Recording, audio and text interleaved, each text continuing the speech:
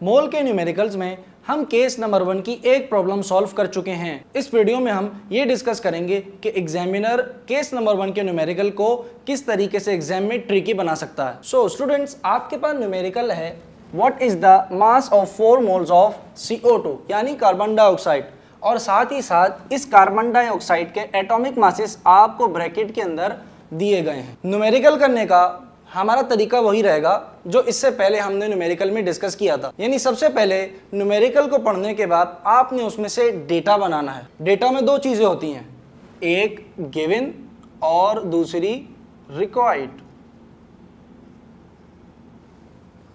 Given चीज वो कि जिनको इस्तेमाल करके आपने रिक्वायर्ड चीज को फाइंड करना। तो इस सवाल में आपको क्या गिवन है, आपको मोल दिए गए हैं और मोल को स्मॉल n से रिप्रेजेंट करते हैं और इसका यूनिट MOL और डॉट। फिर आपको कार्बन डाइऑक्साइड का नाम दिया गया, यानी वो आपसे ये एक्सपेक्ट कर रहा है कि आप इसका मॉलिक्यूलर मास खुद से निकाल लेंगे, इसीलिए उसने एटॉमिक मास आपको ब्रैकेट के अंदर दोनों का गिवन किया।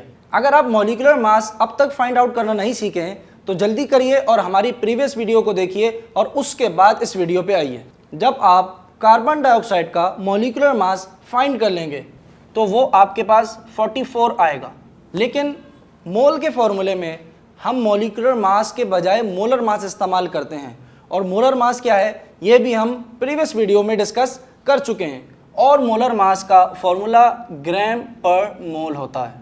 तो रिक्वायर्ड में क्या है, सवाल के शुरू में आपको व्हाट इज द मास जो लिख के दिया है ये आपको रिक्वायर्ड बता रहा है कि आपको मास फाइंड आउट करना है, तो आपने स्मॉल m लिख के मास का सिंबल रिप्रेजेंट कर दिया, यानी आपको मास फाइंड आउट करना है। अब आपके पास मोल का फॉर्मूला क्या होता है, mole is equal to mass upon molar mass. अब आपके पास मोल गिवन है, मास गिवन नहीं है, और आपके पास मोलर मास भी गिवन है, यानी इन 2 पैरामीटर्स की मदद से आप ये m फाइंड आउट कर सकते हैं। अगर आपने अलजेब्रा पढ़ी है तो आपको वैल्यूज को सेपरेट करना आता होगा। कोई भी न्यूमेरिकल आप करें आपको फॉर्मूले में सिर्फ एक पैरामीटर अननोन मिलेगा, बाकी सारे पैरामीटर नोन मिलेंगे, और वो जो अननोन पैरामीटर होता है उसको एक जगह सेपरेट करना होता है। अगर वो न्यूमरेटर में है तो आप उसको वहीं रहने देंगे, उसके अलावा उसके इर्द गिर्द जितने पैरामीटर्स हैं ख्वाह वो उसके साथ हों या वो नीचे हों, उन सब को आप इक्वल टू के उस तरफ भेज देंगे। सो यहाँ पर m के साथ सिर्फ मोलर मास का सिंबल है, यानी मोलर मास m के साथ मौजूद है। यहाँ पर जब आप इसको शिफ्ट करेंगे तो यहाँ पर चूंकि ये इसके साथ डिवाइड हो रहा है वहाँ जाके मल्टीप्लाई हो जाएगा, तो आपके पास मास का फॉर्मूला कुछ इस तरीके से बन जाएगा। आपने ये काम कर लिया, आपका न्यूमेरिकल सॉल्व हो गया। बस अब आपने सिर्फ वैल्यूज को पुट करना है और आंसर निकालना है। मोल की वैल्यू 4, मोलर मास की वैल्यू 44, इनको मल्टीप्लाई करें तो आपके पास मास आ जाएगा।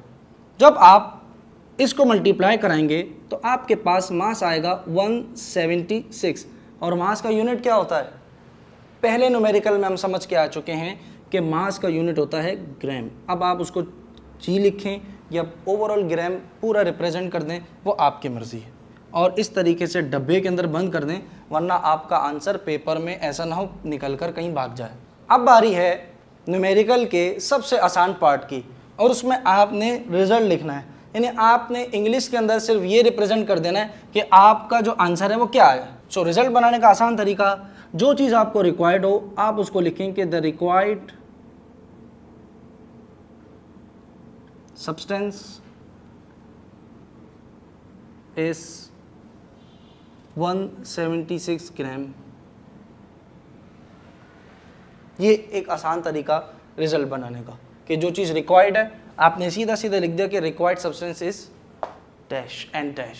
इसी के साथ हमारा मोल के न्यूमेरिकल का केस नंबर 1 एंड हो गया। नेक्स्ट वीडियो के अंदर हम केस नंबर 2 के हवाले से कुछ इंपॉर्टेंट बातें डिस्कस करेंगे।